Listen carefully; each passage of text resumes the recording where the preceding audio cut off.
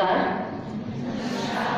I know after a long day, it's difficult to stand one more lecture. But this is not a lecture, this is valedictory. So this is a kind of goodbye to you. It was nice, that kind of ceremony. I would like to divide my presentation or my talk into, I would like to correct the information. I have not guided 100 students, plus 100 students for PhD and MPhil. That is perhaps read wrongly. The rest of everything was fine. I would like to, before I start, let me thank Iraji and Kamal Bhai for being here with me for this valedictory ceremony. And this is the most difficult one because everybody is so tired. And still we have to say goodbye and it was well done. These are the two things that we do in valedictory. And the third thing that I would like to add is, I would like to show you a few things that could have been done better. As a senior person, that's my job, so I'll do that. And perhaps one subject which was missed out during the whole day. I'll talk about that subject a little bit, that's all. So let me begin with the beginning. It is a very well organized international conference. Congratulations to this institution, Mahila Vidyalaya. Congratulations to Dr. Anupam Nagar and his team, and of course congratulations to Iraji for these lessons also. Number two, the book of abstract is very well brought out. It is very well designed and the jacket is beautiful. The pictures inside are beautiful. Accompanying booklet with pictures, that is also very well done. Coming to the contents of the abstract book, I would like to mention something. You see, language is a very important part or component of our communication. And one word in one language would not mean, if the same word exists in other language, it would not carry the same meaning. And one has to remember that. A very small thing, yet a very important thing. On page number 63 of the abstract book, there is an abstract written by somebody in Gujarati. And it says, Gandhiji ane Shiksha. Gandhiji ane Shiksha. What does that mean? Shiksha in Gujarati is punishment. And Shiksha in Hindi means education. So when we use that terminology, we have to be careful. Well, it is the writer who has written it wrongly, so the institution is not responsible for that. But I'm just pointing it out so that next time with the younger people, this is a paper by abstract by a very young scholar. So when such scholars write their abstracts, they have to keep in mind that they cannot use similar words across the languages because the meaning will change. Gandhiji ane Shiksha એટલે Gandhiji કેવી શિક્ષા લોકોને કરતા હતા. He used to punish. Sometimes. And Gandhiji and Shikshan would mean Gandhiji and education. That is what he wants to talk. Alright. I would like to just list out the subjects which are being taught throughout the day. We have talked about Gandhiji and literature, Gandhiji and commerce, Gandhiji and technology, Gandhiji and Satya, Ahimsa, all his 11 pratas, Gandhiji and agriculture, Gandhiji and Nirbhar, education, technology, Gandhian economics, Gandhian commerce, social reform, Gandhian film, Gandhian health, Gandhian women, Gandhian future of India, the relevance of Gandhi, Gandhians and psychology. All these things, all these topics are covered by all of you, and I'm very happy that almost everything possible has been covered. I would like to add before I finish with this. Okay, yes. So in the morning, Dr. Nagar had mentioned a list of topics which would come to his mind when he would think of Gandhi. And I'm very glad that he mentioned something which is missed out throughout the day. So except for him, nobody talked about this topic. So let me talk about that topic to you. And that is Gandhi and music. You mentioned that in the morning. Have you ever thought of Gandhi and music? કદી એવો વિચાર આવ્યો કે ગાંધીજીને સંગીત સાથે જોડી શકાય? Come on છોકરાઓ, જવાબ આપો. ના પાડો. ના પાડો, ના ના. ગાંધીજીને મ્યુઝિક સાથે જોડાય? ના ના જોડાય. આ લેક્ચર સાંભળ્યા પછી જોડતા થઈ જશો. Okay? See, Gandhiji was the most original thinker. Once I had heard Sam Pitroda in a lecture. The lecture was called "You Cannot Create Something That You Cannot Imagine." And I went to the lecture sheerly because of the title. And I heard him and I was so impressed. After the lecture, when he asked me how I liked the lecture, I said I did not expect him to talk the way he did. And he said, why? I said, because you see, you're a technocrat. And I had just come to find out what a technocrat will talk about imagination. Because that is our area, Kamalbhai. Right? Poetry. And what he said was something very interesting. He said that imagination is something which is required across all the disciplines. And it is all the more required in science than in arts or literature. Because Newton was not the only one who saw the apple falling, but he was the only one who had that imagination to connect. Yeah. Gandhi, like Newton or Pitroda, I would not compare him to Pitroda, forget him. But yes, Gandhi, like very great visionaries, he could imagine two things which nobody could imagine. One was non-violence movement, ahimsa. And for ahimsak movement, he could think of salt. According to me, I think Gandhi proved himself to be the greatest visionary because he picked salt for satyagraha. Salt touches, you see, everybody's life, may it be a poor or a rich person. Second thing that he did, for which we never gave him the credit, and that is why I'm talking about it, is music.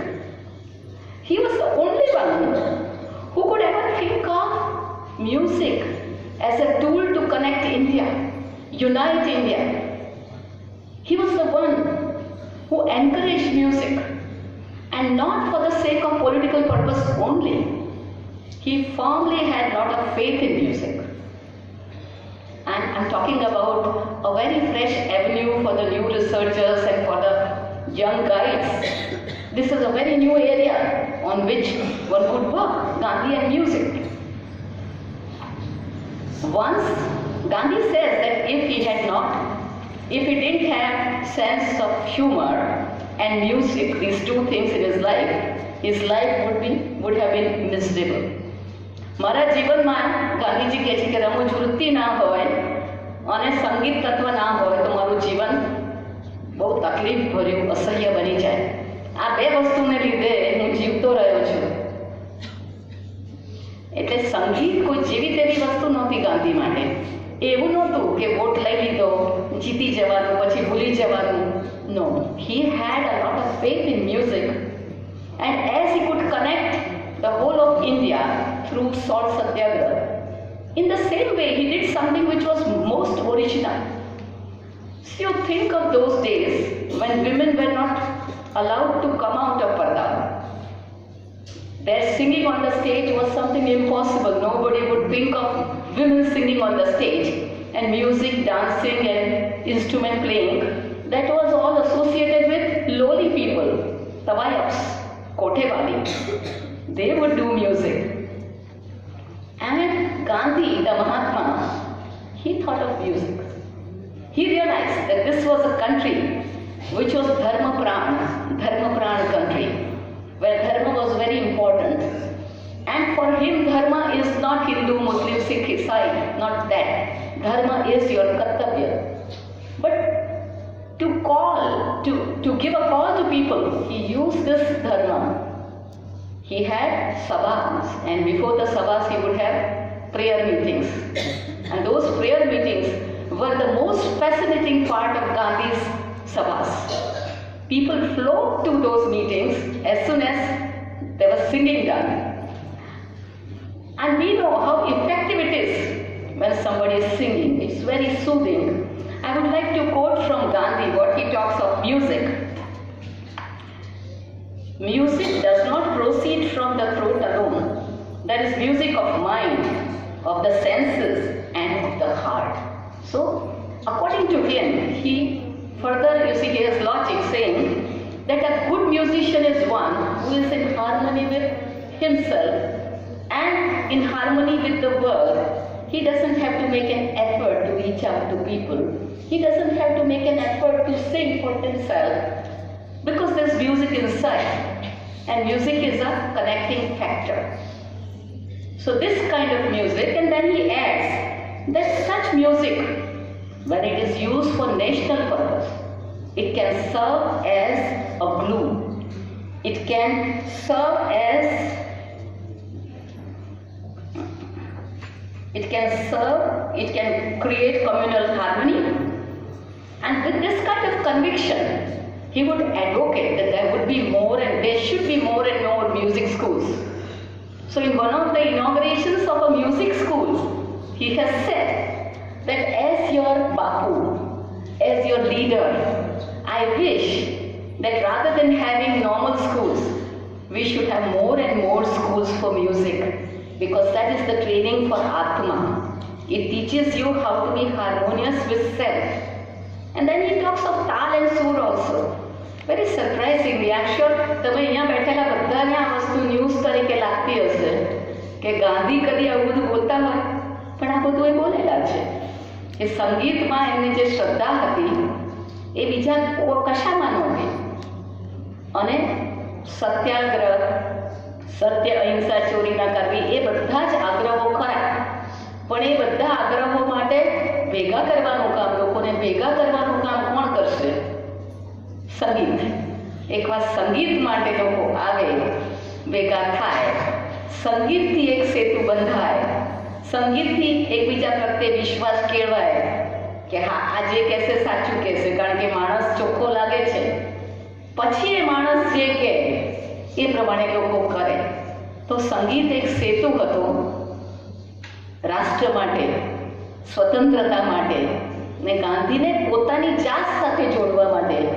એટલે unlike today's politicians who would use any tool to reach to the destination, Gandhi was the one who insisted that sadhan and satya both should be pure. And when he talked of music as a bridge between people and also between him and his self, inner self. So music in this sense is a very high kind of music which Gandhi promoted. Alright, and so this kind of person who wanted to patronize music, who was looking for good musician, finally he came across some musician, a great musician in Meerut. Meerut is the place where you see tanpuras are made. When you buy a tanpura, you have to go to Meerut to buy it, if you really want to buy it. So in Meerut there was a Pandit called Vishnu Digambar Puluskar. This Vishnu Digambar Puluskar, when he met Gandhi, he offered to do something for independence. And he said, mere musician as I am, what can I do for you, Gandhiji? Bapu, I can't do anything, I don't have any money. And Gandhiji said, oh, those who have money can't do anything for me. But you have something very rare of the rarest. You give me that. And he said, what is that? Gandhiji said, you give me your music. And through music I create new India, independent India. Puluskar said he had established a school. He could not leave the school. And this school was Bharatiya Gandharva Vidyalaya, Sangeet Vidyalaya, which is there. અહીંયા આગળ લકડિયા પુલ પાસે અમદાવાદમાં છે. Gandharva Mahavidyalaya, which is still running. So he said, I cannot leave my Gandharva Mahavidyalaya. And this Paluskarji was the one who had great disciples like Omkar Nath and Narayan Rao Vyas, big names in music. So he said, all right, I can't come myself, but I can do one service to you. I'll offer to you one of my best disciples. And he offered one of his very best disciples to Gandhiji. And that disciple came to Gandhiji and started living in Gandhi Ashram. His name was Pandit Narayan Moreshwar Khare. Pandit Narayan Moreshwar Khare. And this person, he came to Gandhi Ashram, he settled there. Until then, Gandhi Ashram or any Sabha of Gandhiji was okay. They had some kind of music, but not very regular. But this Moreji came, he settled in ashram, and according to Gandhiji's choice, he started collecting bhajans from all the religions, and he started putting them together. And he started composing those bhajans. Gujarati ma bolu? દીકરીઓને જરૂર છે ગુજરાતીની કે અંગ્રેજીમાં ચાલે છે? Very good, I'm so happy. Okay, fine, we continue. So he started putting notations. So he composed those bhajans and he started putting notations. And I used to know this Khareji's daughter, whose name was Mathuri Ben Khare.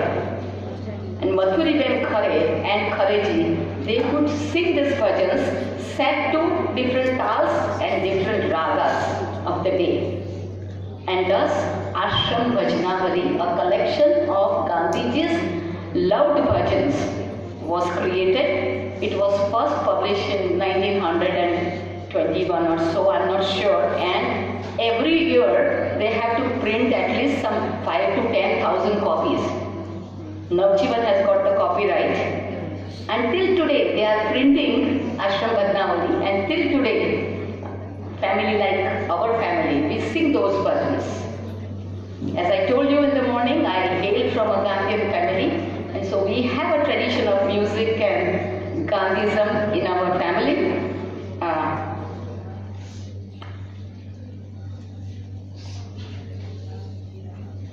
Okay, I'm going to read the definition of music given by Gandhi. He says, if we use a broad interpretation of music, that is, if we mean by it union, concord, mutual help, it may be said that in no department of life we can dispense with it. No department of life can be dispensed of this.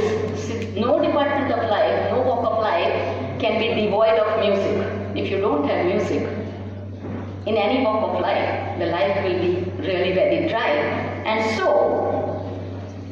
if many more people send their children to the music class, it will be part of their contribution to the national upliftment. See, would you like to clap? This is something really wonderful. Gandhiji શું કહે છે કે છોકરાઓને સંગીત શાળામાં મૂકો. કેમ? કારણ કે સંગીત શાળા એક સાચામાં સાચા શિક્ષણની જગ્યા છે. ત્યાંથી તમારું બાળક સરસ મનુષ્ય થઈને બહાર આવશે. સંગીતની આવી સરસ પરિભાષા કોઈએ કરી નથી. બરાબર? એટલે ગાંધીજી આ કહે છે અને પછી he is saying કે music is good. He has some 5-10 reasons. We don't have much time, I know, but so I'll just skip it. But music is good for soul, for heart, for physics, for mind. It really helps your lung. It is a good exercise. It is a facial exercise. It helps your heart. It helps your passion. It calms you down. And not only that, but it dissolves disharmony. It creates harmony across cultures, castes and religions. And he is giving examples that two Khan Sahibs, one Khan Sahib and one Panditji, sitting together and performing in Banaras is not a rare sight. It happens every day. Bismillah Khan and Girja Devi would perform. Girja Devi would be singing a Thumri. And Thumri doesn't go with Shanghai, never. But Banaras Gharana's Thumri specially goes with Shanghai only. So this is a rare combination. A Muslim and a Hindu forgetting their religion, sitting together. Or you see Harichans and Savarnas sitting in the ashram doing prayers. This was very rare, so it connects. And music is a very sacred means to reach your spiritual self. He also says that music is a tool for national freedom. And then finally, as I told you, like all the scientists and all the great visionaries, he too was a little eccentric. Gandhi also sometimes sounded very eccentric. His experiments with his own life, you know how eccentric it was, right? Here also he is saying something which is rather eccentric, but he says it. As we have nationalized bands, he doesn't say this. I'm saying this. He says nationalized music. See, કેટલી બધી fat છે સંગીતમાં કે બીજું કશું nationalise ના કરો, economics જેમ ભણવું એમ ભણો ને અંગ્રેજીને જેમ વાંચવું એમ વાંચો, શેક્સપિયર જેમ કરવું એમ કરો, પણ સંગીતને નેશનલાઇઝ કરી નાખો. Nationalize music, that is what he says. I'm going to read it out to you. He says, music means rhythm, order. Its effect is electrical and soothing. But unfortunately, we have neglected music. It has never become nationalized in the modern sense.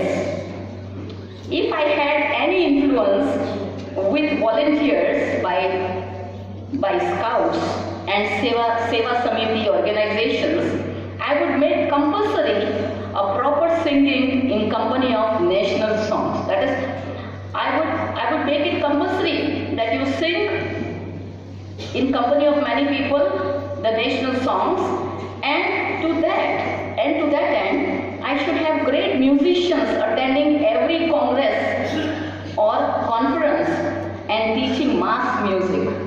See, in every conference, there should be music teaching, and all the people should learn how to sing. Now, this is the recommendation being made by Gandhi. Gandhi કહે છે કે દરેક બાળકને કશું નહીં આવડે તો ચાલે, પણ ગાતા શીખવાડી દો. ગાતા શીખવાડી દેશે તો પોતાની સાથે કનેક્શન થઈ જશે.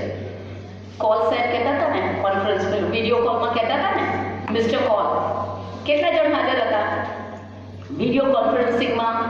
Yes, Dr. Paul was saying that you have to connect with yourself, inner self, and this is the means to connect with your inner self. And that is why he had written a letter to Tagore on 22nd of December 1945, suggesting that Shanti Niketan, as they are offering courses in Rabindra Sangeet, in the same way they should have courses in Hindustani Sangeet and in Western Sangeet as well. This is something very, very interesting. And now I am going to some incidents which will tell you how he contributed in making music respectable. Before him, no woman would ever go to the stage and sing. It was he who invited women from respectable families to come to the stage and sing. And the families were very proud that their daughters and their wives and their mothers were going to the stage. And this liberated music from the shackles of traditional thinking. So Gandhi, as somebody who promoted women's cause through his lectures, through education, through employment, through anything picketing, was alright. But Gandhi promoting music, and through music he promotes women.